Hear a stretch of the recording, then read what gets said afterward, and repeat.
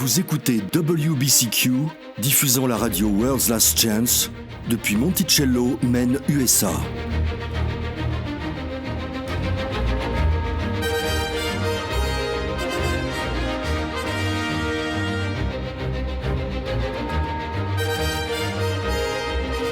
Crimes violents, troubles politiques, instabilité financière, tout indique une crise imminente, une crise sans précédent. Réglez votre fréquence sur Radio World's Last Chance pour découvrir comment vous préparer spirituellement à ce qui nous attend. Radio WLC prépare un peuple pour le retour très proche du Sauveur.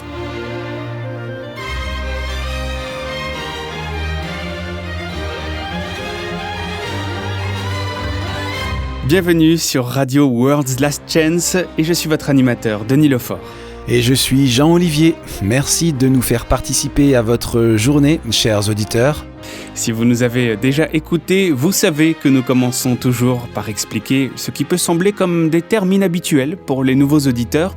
À WLC, nous prenons au sérieux l'injonction de l'Écriture d'invoquer le nom du Seigneur. Mais il faut savoir que dans le langage originel de la Bible, il n'y a pas le titre de Seigneur. Le langage originel donne son nom réel, qui est Yahweh. Donc l'Écriture dit que nous devons invoquer le nom de Yahweh, ou Yah dans sa forme courte. Les termes Dieu et Seigneur ne sont que des titres qui peuvent aussi être appliqués à de fausses entités, même démoniaques. C'est pourquoi dans nos émissions, comme sur notre site web, vous nous entendrez faire référence au Père par son nom personnel. Le nom Jésus vient de la tentative grecque de translittérer le nom du Fils, qui est Yahushua. Christ n'est pas un nom, ni même vraiment un titre. Cela signifie simplement celui qui est oint.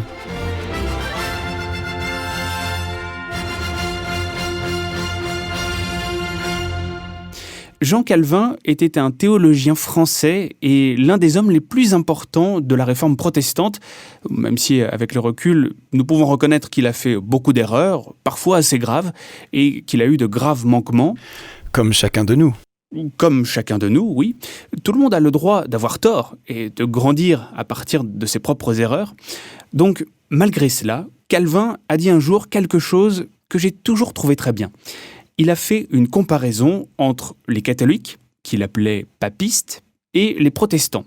Et j'ai trouvé cela très perspicace. Il a dit, je cite, « La différence entre nous et les papistes est qu'ils ne pensent pas que l'Église puisse être le pilier de la vérité, à moins qu'elle ne préside à la parole de Dieu. Nous, en revanche, nous affirmons que c'est parce qu'elle se soumet avec révérence à la parole de Dieu que la vérité est préservée par elle et transmise aux autres par ses mains. » Distinction intéressante, on peut voir ça. Les catholiques croient qu'ils sont l'autorité ultime précisément parce qu'ils pensent que leur tradition prévaut sur les Écritures. Les protestants, en revanche, font passer les Écritures avant tout, parce que c'est la vérité seule qui distingue tout corps de croyants. Ce n'est que lorsque nous sommes soumis à la parole de Yah que nous pouvons être considérés comme grands aux yeux de Yah. Et c'est ce dont j'aimerais parler aujourd'hui, l'Écriture, ses usages et, peut-être le plus important, comment l'utiliser correctement ou comment ne pas l'utiliser. Très bien. Commençons par regarder dans 2 Timothée au chapitre 3, les versets 16 et 17. Si tu veux le lire pour nous, Denis. Oui, bien sûr. Je pense que la plupart d'entre nous connaissent ce passage, mais c'est une bonne base pour commencer, pour nous rappeler les nombreux buts de l'Écriture. Paul ici écrit à Timothée en reconnaissant que Timothée connaissait les Écritures depuis son enfance, et en ajoutant qu'elles sont capables de rendre une personne sage à salut, par la foi en Yahushua. Allons-y, lisons ce qu'il dit ensuite.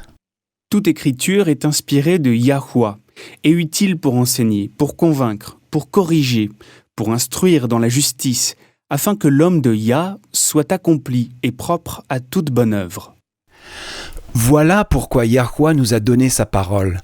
Il n'y a aucune situation que vous pouvez rencontrer dans la vie pour laquelle la Bible n'a pas de réponse. Vous avez un problème au travail et vous ne savez pas quoi faire? L'Écriture a la réponse. Vous êtes dans une situation dangereuse et vous avez besoin de l'aide divine? L'Écriture a une promesse. Votre mariage est en difficulté ou même en train de s'effondrer? L'Écriture a la solution. Les Écritures nous donnent la connaissance du cœur caché de Yah, que rien d'autre ne pourra nous apporter. En tant que chrétiens, nous acceptons le fait que la Bible a de la valeur et j'aime le fait qu'elle comporte une promesse pour répondre à chaque urgence. Mais maintenant, j'aimerais aborder un sujet dont on n'entend pas souvent parler, à savoir ce qu'il ne faut pas faire avec les Écritures. Nous n'en entendons peut-être pas beaucoup parler, mais tu as raison, c'est en fait un bon point dont il faut être conscient. Tu as peut-être entendu cette histoire, je ne sais pas si elle est vraie, mais elle illustre bien notre propos. Cette histoire de l'homme qui avait décidé qu'il avait besoin d'être guidé par la Bible. Alors il a pris sa Bible, l'a laissée s'ouvrir au hasard, a fermé les yeux et posé son doigt au hasard sur la page. Il a ouvert les yeux et a lu « Judas se retira et alla se pendre ». L'homme a pensé « ça ne peut pas être la volonté de Yah pour moi ». Alors il a essayé à nouveau. Cette fois il a lu « va et toi aussi fais de même ». Il savait qu'il devait y avoir une erreur, alors il a essayé encore une fois. Jamais 203. Eh bien, c'est ce qu'il a pensé apparemment. Il a donc recommencé, il a laissé la Bible s'ouvrir au hasard, il a fermé les yeux, il a pointé du doigt un verset de la Bible, il a ouvert les yeux et a lu « Fais au plus tôt ce que tu as à faire ». Tu viens de prouver mon point de vue, mal utiliser les Écritures peut être dangereux. En fait, Paul a dit à Timothée, dans 2 Timothée, au chapitre 2, de prévenir les membres de son troupeau, de son Église, de ne pas se lancer dans des disputes sur les Écritures. Il a dit, je cite, « C'est cela qu'il te faut rappeler sans cesse. Recommande solennellement devant Yahweh d'éviter les disputes de mots. Elles ne servent à rien si ce n'est à la ruine de ceux qui les écoutent. » Alors, que ne devrions-nous pas faire lorsque nous étudions la Bible ? La chose la plus importante est probablement de faire attention de ne pas étudier les Écritures dans l'intention de soutenir ce que vous croyez déjà. Au contraire, utilisez les Écritures comme autorité ultime. Laissez la Bible définir vos croyances.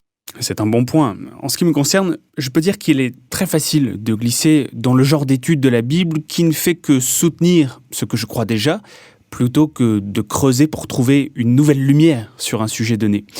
Quand vous étudiez pour trouver une nouvelle lumière, une nouvelle vérité, inévitablement, à un moment donné, vous découvrirez que vous vous êtes trompé sur quelque chose auparavant. Et ce n'est pas une expérience très agréable quand il s'agit de quelque chose d'aussi personnel que vos croyances spirituelles. Ça peut être très perturbant en effet. Et pourtant, si vous voulez vraiment connaître la vérité, si vous voulez vraiment suivre Yah et faire sa volonté, quel qu'en soit le prix, il vous faudra aller vers les Écritures et les étudier avec un esprit ouvert. Alors, comment est-ce que tu définirais cela, Jean, étudier avec un esprit ouvert ? Je le définis comme le fait d'être prêt à obéir si le Saint-Esprit te convainc de quelque chose. Nous n'étudions pas un nouveau concept juste pour prouver qu'il est faux. Nous n'étudions pas uniquement pour prouver ce que nous savons déjà. Nous étudions pour apprendre, que cela contredise ou non nos croyances antérieures. Nous devons être ouverts aux conseils, aux directives de l'Esprit de Yah. Parce que si vous voulez vraiment faire des Écritures votre règle de vie, vous ne resterez pas stagnant. C'est comme la vie d'un arbre, soit vous grandissez activement, soit vous vous flétrissez et vous mourrez spirituellement. C'est une marche en avant. Vous ne pouvez pas rester immobile dans la marche chrétienne. Exactement. Ça correspond à quelque chose que j'ai lu l'autre jour. Je l'ai apporté aujourd'hui justement pour le partager. C'est un écrivain religieux qui parlait de l'attitude à adopter pour l'étude de la Bible. Je l'ai juste là. Il dit « Dans votre étude de la parole, mettez à la porte de l'enquête vos opinions préconçues et vos idées héréditaires et cultivées. Vous n'atteindrez jamais la vérité si vous étudiez les Écritures pour justifier vos propres théories. Laissez-les à la porte et entrez avec un cœur contrit pour entendre ce que Yahweh a à vous dire. Ne lisez pas la parole à la lumière d'opinions antérieures. N'essayez pas de faire en sorte que tout soit en accord avec votre croyance. Dans un état d'esprit libre de tout préjugé, recherchez dans la parole avec soin. Si au fil de votre lecture vous êtes convaincu et que vous constatez que les opinions qui vous sont chères ne sont pas en harmonie avec la parole, n'essayez pas de faire en sorte que la parole corresponde à ces opinions. Ne laissez pas ce que vous avez cru ou pratiqué dans le passé contrôler votre compréhension. Ouvrez les yeux de votre intelligence pour contempler des choses merveilleuses sortir de la parole. C'est essentiel. Si tout ce que nous faisons, c'est étudier pour confirmer ce que nous croyons déjà, nous ne pouvons pas espérer grandir et acquérir la connaissance de plus de vérité. Et que penses-tu du fait de lire les œuvres des écrivains religieux ? Ces dernières années, j'ai entendu des gens insister en disant « Arrêtez de lire des livres au sujet de la Bible et lisez la Bible directement ». Est-ce que tu es d'accord avec ça ? Oui et non. D'une part, l'étude de la Bible devrait être notre priorité numéro 1. D'autre part, il y a tellement de vérités qui sont déversées du ciel actuellement, qui pourrait faire à lui seul toutes les recherches pour tout découvrir ? Yahweh élève des gens humbles. Lui-même les enseigne et il partage ce qu'ils ont appris. L'Internet a rendu beaucoup plus facile la recherche et la possibilité d'apprendre des autres. Ce serait contre-productif de rester là dans son coin et de dire « Non, je ne vais pas écouter ce que quelqu'un d'autre a à dire ». Mais oui, l'étude des Écritures, par nous-mêmes, doit toujours passer en premier. Il le faut. Si nous ne savons pas par nous-mêmes ce que dit la Bible, comment allons-nous savoir si ce que quelqu'un enseigne est correct ? Et cela m'amène à mon prochain point. Soyez conscients que ce n'est pas parce que quelqu'un cite la Bible que ce qu'il ou elle dit est vrai.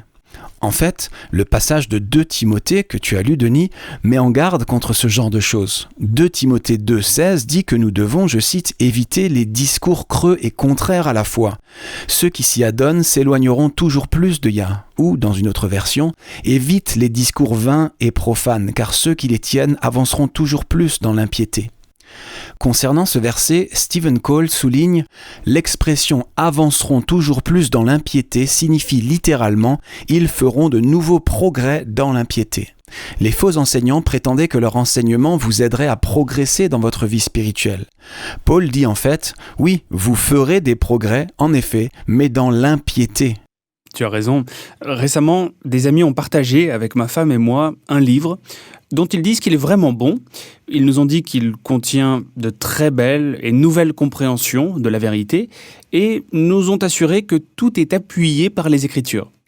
Et c'est le cas ? Eh bien, j'admets qu'il est plein de citations des Écritures, mais je dirais que ce qu'il enseigne n'est pas nécessairement appuyé ni soutenu par les Écritures.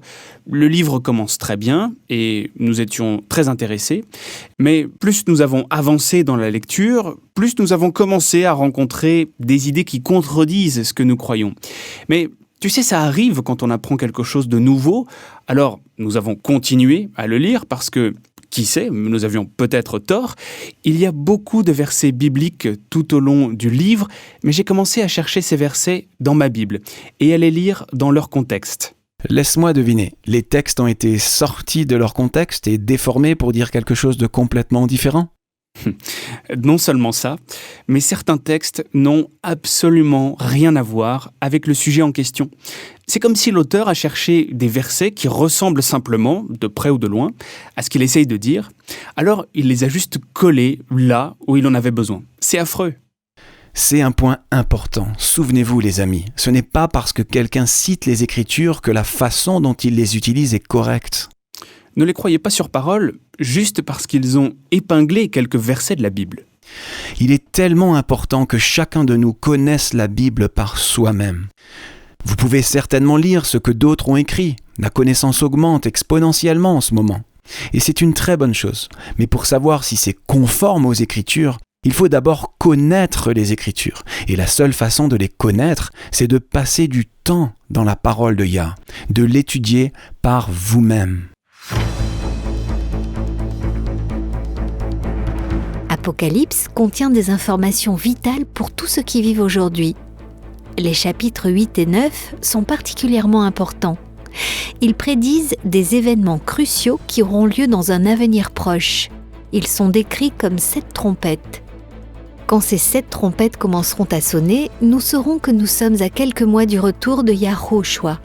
Pour en savoir plus, visitez notre site web worldslastchance.com. Nous avons beaucoup d'articles et de vidéos couvrant plusieurs aspects de ce sujet des plus importants.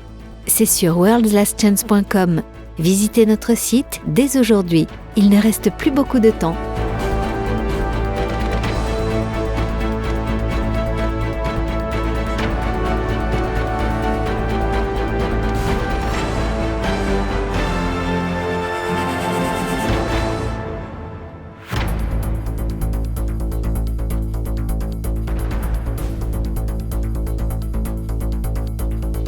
Avez-vous déjà été troublé par diverses paroles divines de l'Ancien Testament disant aux Israélites de détruire telle ville ou telle population et d'y tuer tout le monde, y compris les femmes, les enfants et même les bébés?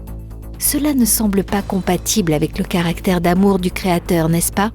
Il existe cependant une raison à cela. Découvrez-la sur notre site web en lisant les Néphilim dans la Bible. Apprenez pourquoi de tels ordres ont été donnés par un père aimant. Lisez les Néphilim dans la Bible sur worldslastchance.com.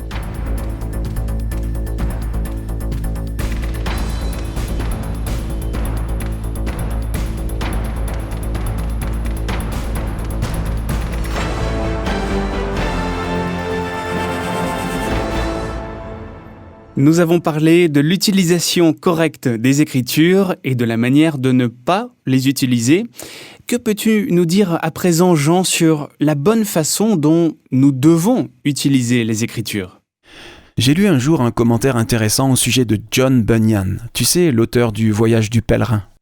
Oui, il a passé 12 ans dans la prison du comté de Bedford pour avoir refusé d'arrêter de prêcher. J'ai lu quelque part que le Voyage du pèlerin a été traduit dans plus de langues que tout autre livre, à l'exception bien sûr de la Bible. J'ai entendu ça aussi. Quoi qu'il en soit, le commentaire que j'ai lu à son sujet était que si on le coupait, il saignait l'écriture. Oh, quelle illustration colorée, mais c'est très beau aussi. Ça montre à quel point il s'était immergé dans les Écritures, absorbé tellement d'Écritures qu'elles imprègnent votre pensée, vos attitudes et vos croyances. C'est magnifique. C'est ce que nous devons faire aussi. Quand vous vous plongez dans les Écritures et que vous les étudiez par vous-même, Yahweh devient votre professeur, les amis. Vous voyez, si vous croyez toujours quelqu'un d'autre sur parole pour vos propres croyances, une autre personne peut toujours venir et vous convaincre de croire autre chose. Si vos croyances sont basées sur ce que quelqu'un d'autre vous a dit, elles ne sont pas stables. Si tout ce qu'il faut pour vous convaincre est l'utilisation de mots intelligents ou l'énergie avec laquelle quelqu'un insiste sur le fait que son point de vue est le bon, vous n'allez pas être fermement ancré dans la parole de Yah. Ce n'est que lorsque vous permettez à Yahweh d'être votre seul maître et enseignant que son esprit peut vous ancrer dans la vérité de telle sorte que vous ne soyez plus ébranlé. Et c'est pourquoi, même quand nous apprenons de nouvelles idées d'une source extérieure, nous devons toujours les ramener à l'Écriture et les étudier par nous-mêmes. C'est vrai. Allons dans Colossiens maintenant, si tu veux. Dans sa lettre aux croyants de Colosse, Paul voulait qu'ils comprennent ce point. Oui, quel chapitre ? Le chapitre 2, versets 6 à 8. Aussi, puisque vous avez reçu Christ, Yahushua, le Seigneur, comportez-vous comme des gens unis à lui. Enracinez-vous en lui, construisez toute votre vie sur lui et attachez-vous de plus en plus fermement à la foi conforme à ce qu'on vous a enseigné. Agissez ainsi en adressant à Yah de nombreuses prières de reconnaissance. Veillez à ce que personne ne vous prenne au piège de la recherche d'une sagesse qui n'est que tromperie et illusion, qui se fonde sur des traditions tout humaines, sur les principes élémentaires qui régissent la vie dans ce monde, mais non sur Christ. La vérité des Écritures est ce qui nous établira, nous enracinera dans la foi. La seule façon de savoir si quelqu'un partage la vérité ou l'erreur avec vous, c'est de le ramener à l'Écriture et de l'étudier par vous-même. Je sais que je ne cesse de le répéter, mais je ne saurais trop insister sur ce point. J'ai essayé de partager ce concept avec quelqu'un une fois, en insistant sur le fait qu'on ne peut pas se précipiter chez son pasteur et le croire sur parole. Il est financièrement motivé pour maintenir le statu quo, pour ne pas remettre en question l'état actuel des choses. Donc, si vous venez le voir et que vous lui posez des questions sur une doctrine, il vous dira probablement qu'elle est mauvaise, si elle contredit ce qui est enseigné par son employeur, la dénomination qui le paie. Même si cela peut être prouvé très clairement par les Écritures, si ça va à l'encontre de ce que son organisation croit, vous n'obtiendrez pas la vérité de sa part. Quoi qu'il en soit, cette personne m'a répondu « Eh bien, je ne vois pas la différence. Quand tu écris un article ou que tu parles à la radio, ne veux-tu pas que les gens croient à ce que tu dis ? Tu leur demandes aussi de te croire sur parole. » Aïe. Oui. Alors honnêtement, j'avais envie d'aller me cogner la tête contre un mur parce que je ne veux pas qu'on me croie sur parole. À aucun moment. Je ne veux pas qu'un de nos auditeurs te crois sur parole, Jean. Nous n'avons jamais voulu ça. Ces émissions sont simplement un point de référence, un point de départ pour l'étude de sujets divers. Et ensuite, chacun peut s'y intéresser et étudier plus en avant par et pour soi-même ce qui est partagé ici. Yahweh emmènera l'individu depuis là où il se trouve et le conduira plus loin. Mais sa méthode prescrite est de soumettre d'abord à l'écriture toutes nouvelles idées et tout nouveau concept. La Sainte Bible est la norme à laquelle toutes nouvelles croyances doivent être comparées. Écoutez les amis, il n'est pas nécessaire d'être diplômé d'un séminaire ou d'une université en théologie pour étudier la Bible. La Bible a été écrite pour le commun des mortels, pour les gens ordinaires, pour vous et moi. Par conséquent, la signification la plus évidente est généralement celle qui est voulue par l'auteur.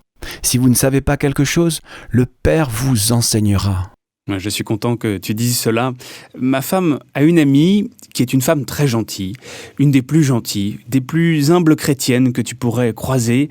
Et l'autre jour, elle est venue chez nous et alors que je traversais la pièce, je l'ai entendu dire quelque chose du genre « Vous êtes si rapide à saisir les vérités spirituelles, je ne suis pas comme ça, moi, je ne suis tout simplement pas aussi intelligente. » Je me suis retourné et je lui ai dit « Écoute, pour l'étude de la Bible, ça n'est pas le QI qui compte. Les choses spirituelles sont discernées spirituellement. Et nous les recevons tous de la même façon. Nous devons les demander. » Bien. Et est-ce que ça l'a encouragé ? Je pense que oui. C'est un point si important. Yahweh est le meilleur des professeurs que vous puissiez avoir. Il est votre créateur. Il sait comment fonctionne votre cerveau, comment vous pensez, comment vous raisonnez. Si vous lui demandez de vous enseigner, il le fera d'une manière que vous, individuellement, pourrez comprendre. Nous avons tous lu le psaume 119 au verset 105 qui dit « Ta parole est une lampe à mes pieds et une lumière sur mon sentier ». C'est là en soi une promesse de Yah, que ce qui est sombre pour votre compréhension, il l'éclairera. Vous ne connaissez peut-être pas toutes les subtilités de chaque doctrine, mais ce n'est pas un problème. Il s'assurera que vous compreniez ce que vous devez savoir. J'ai une question pour toi, Jean. Quand tu fais des recherches sur un sujet, comment peux-tu être sûr que tu interprètes correctement la Bible ? Les spécialistes ou érudits de la Bible sont connus pour être en désaccord. C'est vrai. Eh bien, j'aime utiliser ce que j'appelle la règle du poids de la preuve. Tu rassembles toutes les preuves que tu peux trouver sur un sujet donné, tu cherches chaque verset de l'Écriture qui se rapporte à ce sujet. Si tu n'as pas de concordance, il y a des concordances en ligne qui te permettent de rechercher un mot particulier ou une expression toutes les fois qu'elle apparaît dans la Bible. Ensuite, après avoir tout examiné sur ce sujet, demande-toi où se situe le poids des preuves, de quel côté penche la balance. D'accord, mais que se passe-t-il si, par exemple, ta conjointe ou un de tes proches n'est pas d'accord avec toi ? Comment sais-tu si une doctrine vaut la peine d'être défendue et si tu ne fais que te disputer sur les mots ? Est-ce une question de salut ou s'agit-il simplement d'une divergence d'interprétation, une variation de la même vérité ? Est-ce que les différentes interprétations ont un impact sur la façon dont tu vis ta vie et dont tu rends l'obéissance à Yah ? Tu vois, nos cœurs peuvent être très trompeurs, tortueux, comme il est écrit. Nos propres cœurs charnels sont très doués pour trouver des arguments pour éluder, pour éviter la nécessité d'obéir à la volonté de Yah. Est-ce que les différentes interprétations changent la façon dont on perçoit Yah ? Certaines personnes aiment juste argumenter. Il est vrai qu'il y a certains points des Écritures que nous ne connaîtrons pas ou que nous ne comprendrons pas tant qu'ils ne nous auront pas été expliqués. Mais au fond, les deux choses qui révèlent si cela vaut la peine de se battre pour une nouvelle idée ou simplement accepter d'être en désaccord avec les autres, ce sont, premièrement, ce que cela dit sur le caractère de Yah et, deuxièmement, cela a-t-il un impact sur la façon dont nous vivons notre vie et dont nous obéissons à sa volonté déclarée ? Les réponses à ces deux questions révèlent s'il s'agit d'une question de salut ou non. Et il y a une autre question que je vais poser qui peut paraître un peu hors sujet, mais je pense que c'est un point important.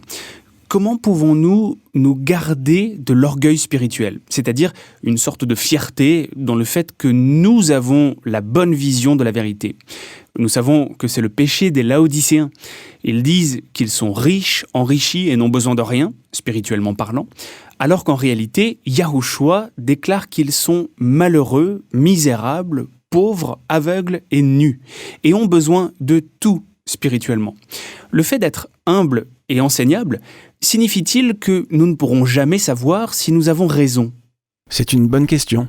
Pour être honnête, j'ai passé la plus grande partie de ma vie convaincu que je connaissais la vérité et que l'église dont j'étais alors membre était l'église du reste.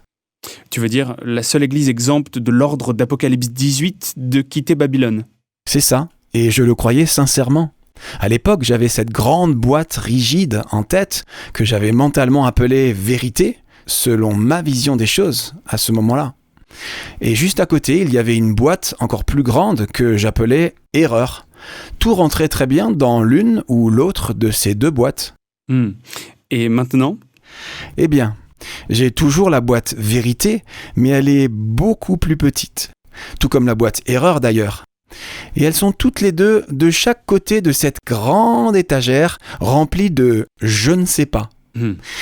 Pour grandir dans la vérité, vous devez aussi être prêt à voir où vous avez eu tort. L'attitude que j'ai maintenant est simplement une attitude de patience et de confiance. Si je ne peux pas trouver une réponse claire et rapide, je fais confiance à Yahuwah pour me révéler la vérité quand il saura que je suis prêt à la recevoir. Peut-être qu'avant qu'on me montre cette vérité, il faut qu'on me révèle une autre croyance à laquelle je me suis accroché jusque-là, comme étant en fait une erreur. Il se peut même que je doive d'abord apprendre d'autres vérités fondamentales que je ne connais pas avant de pouvoir comprendre et accepter cette vérité plus avancée. La chose principale à garder à l'esprit dans tout cela est que la vérité progresse toujours. Et plus nous approchons de la fin, plus nous sommes disposés à chercher à connaître la volonté de Yah, plus il nous la révélera. Nous passerons l'éternité à apprendre toujours plus de nouvelles profondeurs du plan du salut et d'autres vérités célestes. Le processus est éternel pour les racheter. Encore une fois, gardez à l'esprit que la vérité progresse toujours. Oui, vous pouvez avoir l'assurance que les vérités que Yah vous enseigne sont exactes, mais n'oubliez jamais qu'il vous reste encore tellement à apprendre. Cette réalisation, à elle seule, vous protégera de l'étroitesse d'esprit qui est le danger de l'orgueil spirituel. Nous avons parlé avant de la façon de ne pas utiliser la Bible. Y a-t-il des règles spécifiques pour l'étude de la Bible que tu as trouvées et que nous devrions garder à l'esprit lorsque nous étudions la Bible ? Absolument. Premièrement, ne lisez jamais la Bible sans prière. Comme nous l'avons rappelé, les choses spirituelles sont discernées spirituellement. Prenez un moment pour demander que le Saint-Esprit vienne vous enseigner. C'est le but principal de l'Esprit Saint. Yahushua a dit à ses disciples que lorsque le Consolateur viendra, il les conduira dans toute la vérité. Donc oui, c'est une promesse que nous pouvons revendiquer. Je pense que beaucoup de gens ont peur d'étudier par eux-mêmes. Ils ont certainement peur d'étudier quelque chose de nouveau, en craignant que s'ils le font, Satan les conduise en terrain enchanté et les trompe contre leur volonté. Cette crainte est inspirée par Satan lui-même. Le diable sait que la vérité est logique. Il sait que l'humble croyant, enseigné par Yah lui-même, peut apprendre plus et étudier plus profondément que celui qui a un doctorat en théologie, par exemple. Il ne s'inquiète pas du Laodicéen qui est complaisant et satisfait, croyant tout savoir. Il s'inquiète de l'humble croyant qui veut vraiment apprendre plus de vérité. Il fait en sorte que les gens aient peur d'étudier, mais cela montre simplement un manque de foi en Yah. Yahuwah protégera votre intelligence pendant que vous étudiez. Vous n'avez pas à vous inquiéter d'être trompé contre votre volonté. C'est un bon point. Est-ce qu'il y a d'autres choses à garder à l'esprit pendant que vous étudiez ? Soyez juste rationnel. Employez votre bon sens. Si un passage peut être interprété littéralement, il doit l'être. S'il est clairement symbolique, ou s'il ne peut pas être interprété littéralement, alors comprenez qu'il est symbolique et cherchez une signification plus profonde. Jacques 1,5 contient une promesse qui est l'une de mes préférées. Elle est applicable dans de nombreuses situations différentes et elle s'applique aussi à l'étude de la Bible. Il est écrit « Si quelqu'un d'entre vous manque de sagesse, qu'il la demande à Yah, qui donne à tous simplement et sans reproche, et elle lui sera donnée. La Bible est la lettre personnelle de la part de Yah à chacun d'entre nous, et il nous aidera à apprendre ce que nous devons savoir.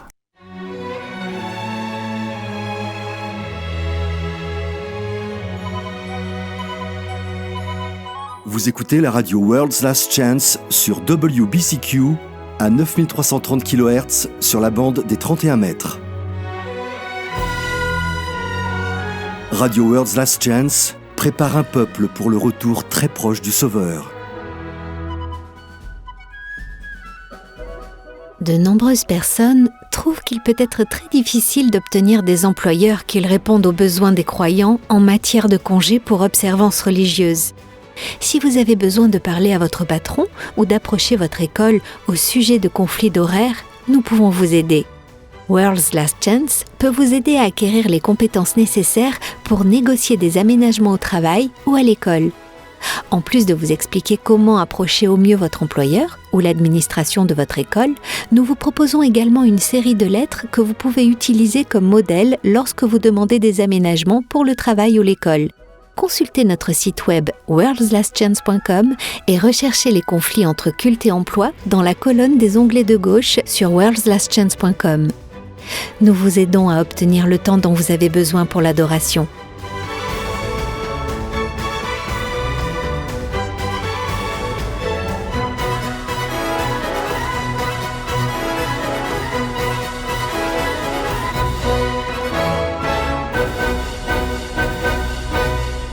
J'aime beaucoup les questions que les gens nous envoient. Souvent, ce sont des questions que je me suis aussi posées, mais parfois, c'est une chose à laquelle je n'ai jamais pensé.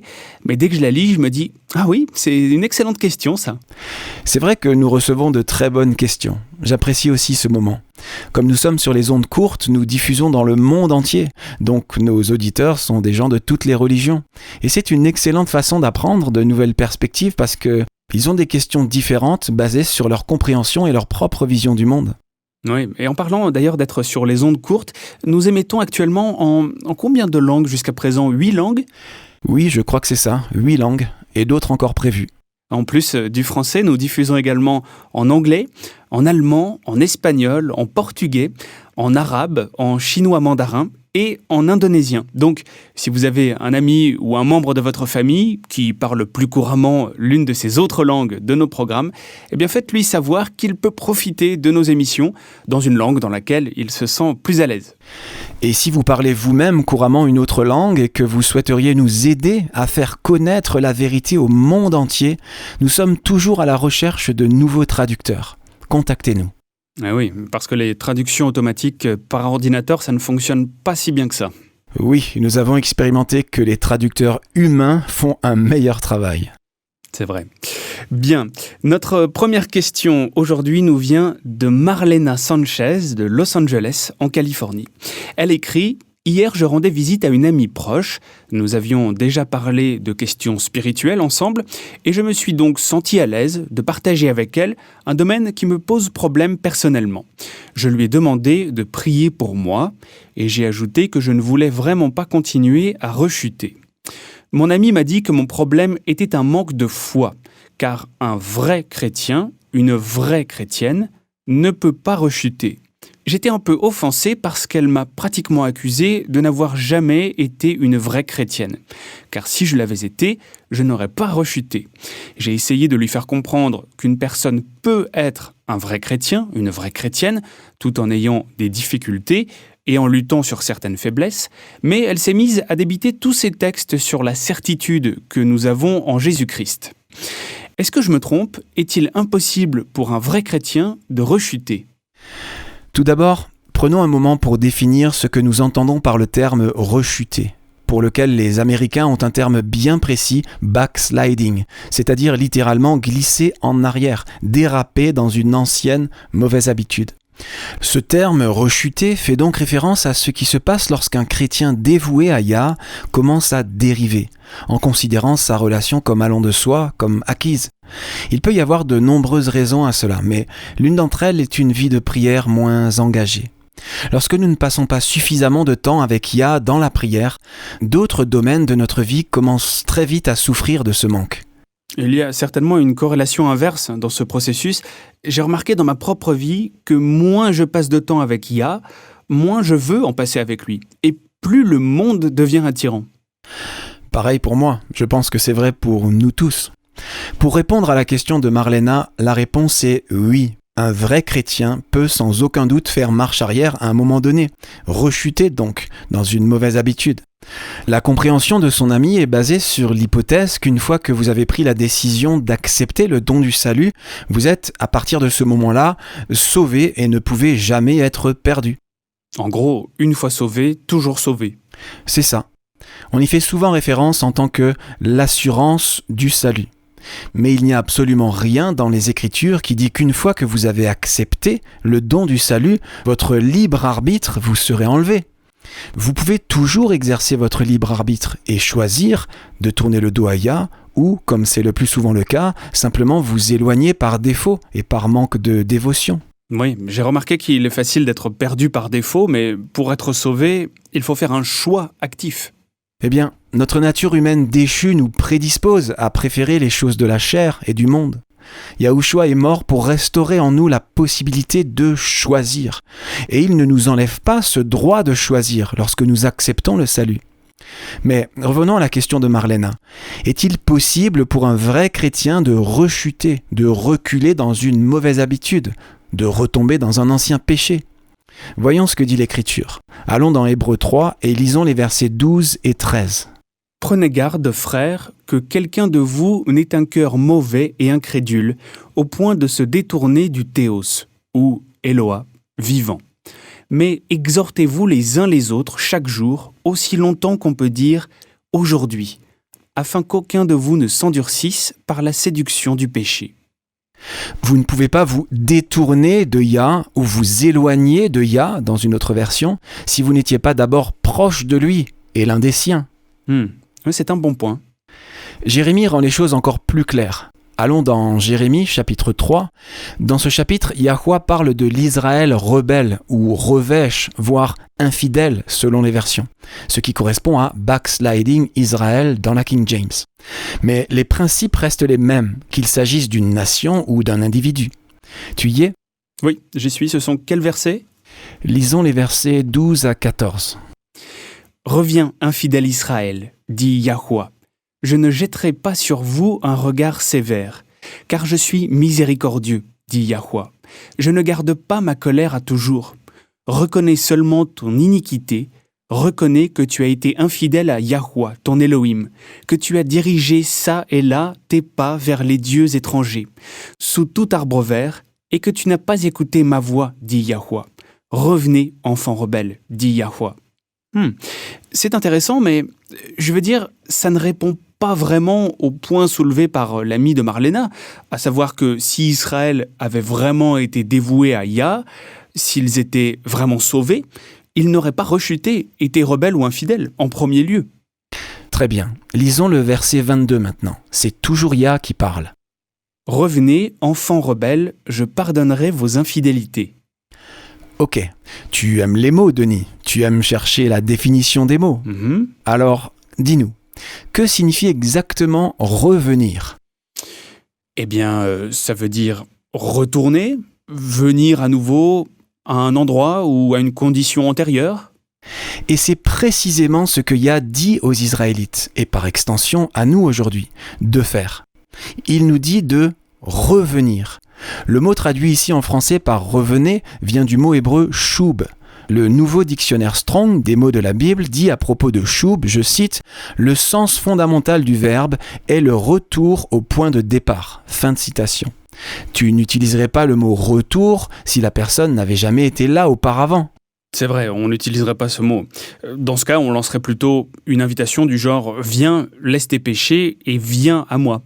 Mais ce n'est pas ce qu'il dit. Yah dit « Reviens au point où tu étais, allié avec moi, et quand tu feras cela, je te guérirai de toutes tes infidélités. » C'est vraiment beau. Je pense que si nous sommes tous honnêtes avec nous-mêmes, nous avons tous fait marche arrière, rechuté à un moment ou un autre, d'une façon ou d'une autre. C'est vrai. Mais si vous adhérez à l'idée du « une fois sauvé, toujours sauvé » et que vous rechutez sur un point, vous allez commencer à vous demander si vous vous êtes vraiment donné à Yah ou pas. La culpabilité du péché sera aggravée par le doute, au moment même où vous devez exercer votre foi dans l'amour de Yahweh pour les pécheurs. C'est vrai, mais quelle incroyable assurance nous est donnée ici. Yah nous dit « Je vais vous guérir ». Nous n'avons pas à rester dans un état de rechute. Tant que la période de probation pour l'humanité continue, pour un peu de temps, très peu de temps en réalité, tant que les gens prennent encore des décisions pour Yah ou contre lui, nous pouvons encore nous tourner vers lui pour le pardon et la guérison. Et si vous n'avez pas la force de retourner vers lui, ne vous inquiétez pas, il vous atteindra là où vous êtes. Il vous sortira de la boue, de ce bourbier dans lequel vous êtes, et il vous embrassera de ses bras d'amour. Il ne s'attend pas à ce que vous fassiez pour vous-même ce que vous n'êtes pas capable de faire. Tout ce qu'il demande, c'est que vous choisissiez. Choisissez d'obéir. Choisissez d'aligner votre volonté sur la sienne. Et il prendra le relais. Et comme nous l'avons déjà dit, si votre cœur résiste aux convictions du Saint-Esprit, vous pouvez toujours lui demander de vous rendre prêt à accepter de vous abandonner pleinement. Ou de nous rendre prêts à accepter, à être rendus prêts à accepter de nous abandonner complètement sur tous les points. C'est vrai. Tout ce dont nous avons besoin, il s'est engagé à nous le fournir. Ok, passons à la question suivante. Hamza Solak d'Izmir, en Turquie. Cool, je pense que c'est notre première question qui nous vient de la Turquie. Bref, il demande, les chrétiens peuvent-ils avoir des amis non chrétiens ? Eh bien, nous savons que Yah ne veut pas que les croyants se marient en dehors de la foi. C'est pourquoi dans 2 Corinthiens chapitre 6, Paul a écrit « Ne vous mettez pas avec les infidèles sous un joug étranger ». Car quel rapport y a-t-il entre la justice et l'iniquité ? Ou qu'y a-t-il de commun entre la lumière et les ténèbres ? Se marier avec un non-croyant, je précise un non-chrétien, ou un chrétien qui ne l'est que de bouche, serait accepter d'être mis sous un joug étranger. Je pense que c'est assez clair. La plupart des croyants n'ont pas l'intention d'épouser des non-croyants. Ce que tu as cité, cependant, c'est le verset 14. Il est clair que les croyants ne doivent épouser que d'autres croyants qui partagent leur foi. Mais qu'en est-il du verset 15 ? Hamza ne pose pas de questions spécifiquement sur un partenaire de mariage, il ne pose que la question au sujet de l'amitié. Le verset suivant, 2 Corinthiens 6, verset 15, dit, je cite, « Quel accord y a-t-il entre Christ et Bélial ? Ou quelle part a le fidèle avec l'infidèle ?» Devons-nous prendre ça au pied de la lettre, littéralement ? Tu sais, certains chrétiens vont vraiment jusqu'à secouer la poussière de leurs pieds et n'ont rien à faire avec quelqu'un qui n'est pas membre de leur communauté de foi particulière. La réponse à cette question se trouve dans la vie de Christ. Yahushua est notre exemple en toutes choses. J'aimerais que tu lises Luc 15, versets 1 à 7. Ça nous donnera notre réponse. Très bien. Tous les publicains et les gens de mauvaise vie s'approchaient de Jésus pour l'entendre. Et les pharisiens et les scribes murmuraient, disant « Cet homme accueille des gens de mauvaise vie et mange avec eux. » Mais il leur dit cette parabole. « Quel homme d'entre vous, s'il a 100 brebis et qu'il en perd une, ne laisse les 99 autres dans le désert pour aller après celle qui est perdue, jusqu'à ce qu'il la retrouve. Lorsqu'il l'a retrouvée, il la met avec joie sur ses épaules, et de retour à la maison, il appelle ses amis et ses voisins et leur dit « Réjouissez-vous avec moi, car j'ai retrouvé ma brebis qui était perdue. De même, je vous le dis, il y aura plus de joie dans le ciel pour un seul pécheur qui se repent que pour 99 justes qui n'ont pas besoin de repentance. » Je pense que je vois où tu veux en venir là, Jean, mais ce dernier verset parle de quelqu'un qui s'est repenti. Qu'en est-il de ceux qui ne se sont pas repentis ? Devons-nous nous lier d'amitié avec eux ? 2 choses. D'abord, ce passage commence avec Yahushua qui accepte les pécheurs et les fréquente. C'est le sujet de la plainte des pharisiens. Cet homme accueille des gens de mauvaise vie, ou cet homme reçoit des pécheurs, dans d'autres versions. Sous-entendu, il ne les fuit pas comme nous le faisons. Si Yahushua n'avait pas montré un intérêt bienveillant et favorable pour tout le monde, s'il n'avait pas eu une attitude ouverte et sans jugement pour tous, penses-tu vraiment que tant de monde aurait été attiré par le Sauveur ? Non, ils l'auraient évité, comme ils évitaient les pharisiens. Nous vivons dans un monde de péché. Bien que nous ne soyons pas du monde, nous sommes toujours dans le monde. Maintenant, évidemment, nos amis les plus proches sont ceux avec qui nous avons nos croyances spirituelles en commun, et ça doit être ainsi. Si vous avez un ami du monde, il y aura des choses que vous ne pourrez pas faire avec lui. Il y aura des endroits où vous ne pourrez pas aller, des films et des musiques que vous ne voudrez pas regarder ou écouter avec lui. Ceci étant dit, oui, les croyants doivent se lier d'amitié avec les non-croyants, se lier sincèrement d'amitié avec eux. C'est ainsi que Yahushua rendait témoignage de l'amour divin auprès d'eux. Et c'est ainsi que nous le devons aussi. Pour conclure, pourrais-tu lire Matthieu 5, versets 14 à 16 ? Oui, bien sûr. Vous êtes la lumière du monde. Une ville située sur une montagne ne peut être cachée. Et on n'allume pas une lampe pour la mettre sous le boisseau, mais on la met sur le chandelier. Et elle éclaire tous ceux qui sont dans la maison. Que votre lumière luise ainsi devant les hommes, afin qu'ils voient vos bonnes œuvres et qu'ils glorifient votre Père qui est dans les cieux. Eh bien, voilà, ce sont les paroles du Sauveur. Si vous avez des questions, écrivez-nous, rendez-vous sur worldslastchance.com et cliquez sur l'icône Radio WLC. Nous ferons de notre mieux pour vous répondre.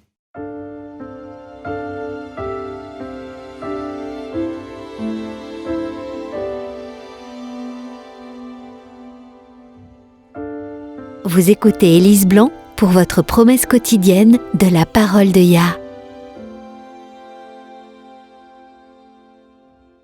Dale Galloway, dans son livre « Vous pouvez gagner avec l'amour », raconte l'histoire de John D. Rockefeller, le millionnaire qui a construit le grand empire du pétrole de la Standard Oil Company.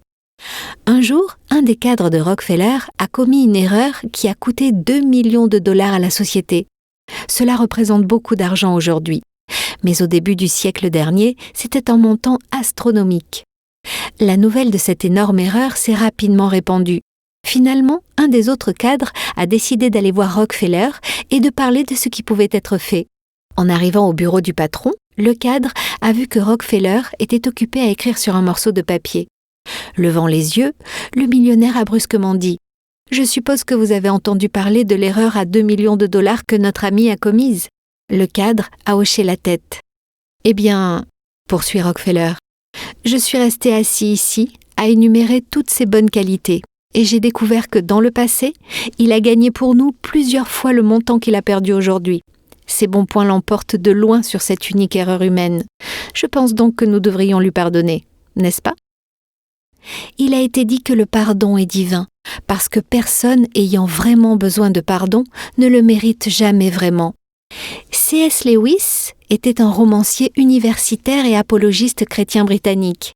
Il a écrit, je cite, « Être chrétien signifie pardonner l'inexcusable, parce que Yahweh a pardonné l'inexcusable en vous. » Fin de citation. Et c'est vrai. Le psaume 103, verset 12 dit « Autant l'Orient est éloigné de l'Occident, autant il éloigne de nous nos transgressions. » James Edward Oglethorpe était un soldat britannique et membre du Parlement.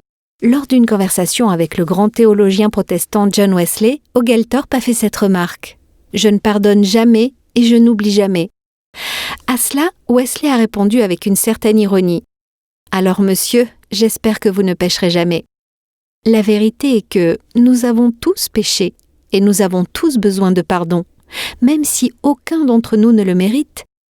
La bonne nouvelle, c'est que Yahweh est prêt et disposé à pardonner les péchés. Dans Hébreux chapitre 8, verset 12, il dit « Parce que je pardonnerai leur iniquité et que je ne me souviendrai plus de leurs péchés. » Maintenant, laissez-moi vous demander, si Yahweh ne se souvient pas de quelque chose, est-ce un problème ? Si quelque chose n'existe même pas dans l'esprit de Yah, est-ce que cette chose existe en réalité ? Si vous avez besoin de pardon, n'hésitez pas à demander pardon à Yah. Il n'y a rien qui lui fasse plus plaisir que de recevoir les pécheurs qui viennent à lui pour obtenir la grâce. Nous avons reçu de grandes et précieuses promesses. Réclamez-les dès maintenant.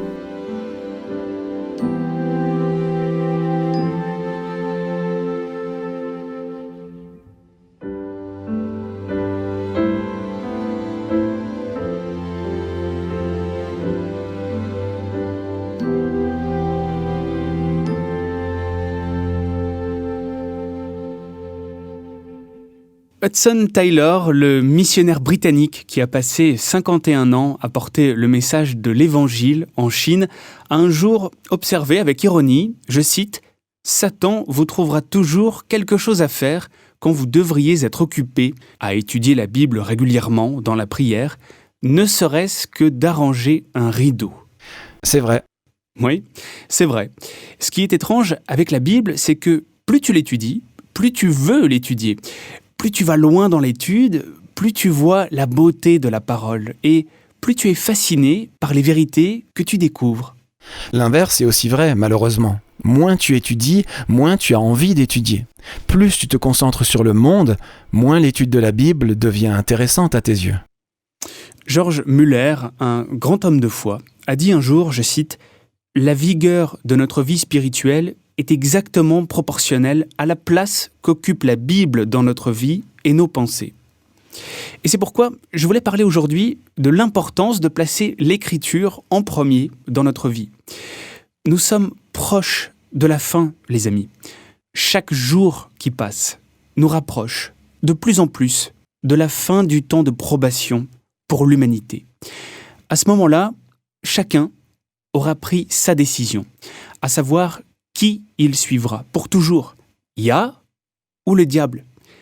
Et cette décision sera irrévocable. Mais les choses ne vont pas se passer en douceur d'ici là. Non, pas du tout. Le monde est au bord d'événements véritablement catastrophiques. Quand les trompettes de l'Apocalypse vont commencer à sonner, la vie sur Terre ne sera plus jamais la même. Et c'est pourquoi il est de la plus haute importance que nous prenions la décision aujourd'hui de faire de Yah le premier et le meilleur en tout dans notre vie. La devise des réformateurs protestants était « sola scriptura » ou « la Bible seulement ». Ils ont rejeté la vision catholique de l'Écriture qui serait subordonnée au soi-disant Saint-Siège. La fin est proche. Si nous voulons être prêts, nous devons nous consacrer à l'étude de la Bible comme jamais auparavant. Nous l'avons déjà dit, mais je vais le répéter, le caractère, nos pensées et nos sentiments est la seule chose que nous emporterons avec nous. Pas nos corps, nous en recevrons de nouveaux, mais notre caractère. Et le caractère ne se développe pas en temps de crise. Il se révèle tel qu'il est à ce moment-là. Si vous désirez que Yahweh écrive sa loi sur votre cœur, il est temps de vous abandonner à lui et de lui demander de le faire. Ensuite, passez du temps dans sa parole. Bien sûr, vous pouvez lire et apprendre des autres, mais comparez toujours ce que les autres disent avec ce que la Bible enseigne. C'est la seule et ultime autorité. Et vous pouvez avoir confiance en ce qu'elle dit, parce que c'est la parole personnelle de Yah pour vous. J'ai lu récemment une citation que j'ai trouvée très profonde. Alors je ne sais pas qui l'a dite, mais elle vaut la peine d'être lue. Je l'ai imprimée justement pour pouvoir la partager aujourd'hui en parlant de la Bible. Je cite, « Ce livre contient les pensées de Yah, l'état de l'homme, le chemin du salut, la condamnation des pécheurs et le bonheur des croyants. Ses doctrines sont saintes, ses préceptes sont toujours en vigueur, son histoire est vraie et ses décisions sont immuables. Lisez-le pour être sage, croyez-le pour être en sûreté et pratiquez-le pour être saint. Il contient la lumière pour vous diriger, la nourriture pour vous soutenir et le réconfort pour vous encourager. C'est la carte du voyageur, le bâton du pèlerin, la boussole du pilote, l'épée du soldat et la charte du chrétien. Ici, le paradis est restauré, le ciel ouvert et les portes de l'enfer dévoilées. Christ est son grand objet, notre bien est son dessein, et la gloire de Yah, sa fin. Il devrait remplir la mémoire, gouverner le cœur et guider les pas. Lisez-le lentement, fréquemment et dans la prière. C'est une mine de richesse, un paradis de gloire et un fleuve de plaisir. Il vous est donné dans la vie, sera ouvert au jugement, et on s'en souviendra pour toujours. Il implique la plus haute responsabilité, récompensera le plus grand travail et condamnera tous ceux qui se moquent de son contenu sacré. Fin de citation. C'est magnifique. Nous sommes si privilégiés de pouvoir encore le lire et l'étudier. Oui. La technologie a rendu le monde très petit, mais il y a aussi des avantages, il faut le dire, à la technologie. Pour l'instant, si vous n'avez pas encore de Bible, si vous n'avez pas les outils d'étude de la Bible, comme une concordance ou un dictionnaire biblique, eh bien vous pouvez encore les trouver en ligne pour l'instant. La technologie peut être utilisée à de mauvaises fins, mais elle peut aussi servir à apprendre la vérité. Alors, tant que cela est possible, profitons-en, commencez à étudier. Je vous garantis que plus vous étudierez, plus vous apprendrez et plus vous aurez envie d'étudier. Rejoignez-nous demain et d'ici là, souvenez-vous, Yahweh vous aime et vous pouvez compter sur lui car il est digne de confiance.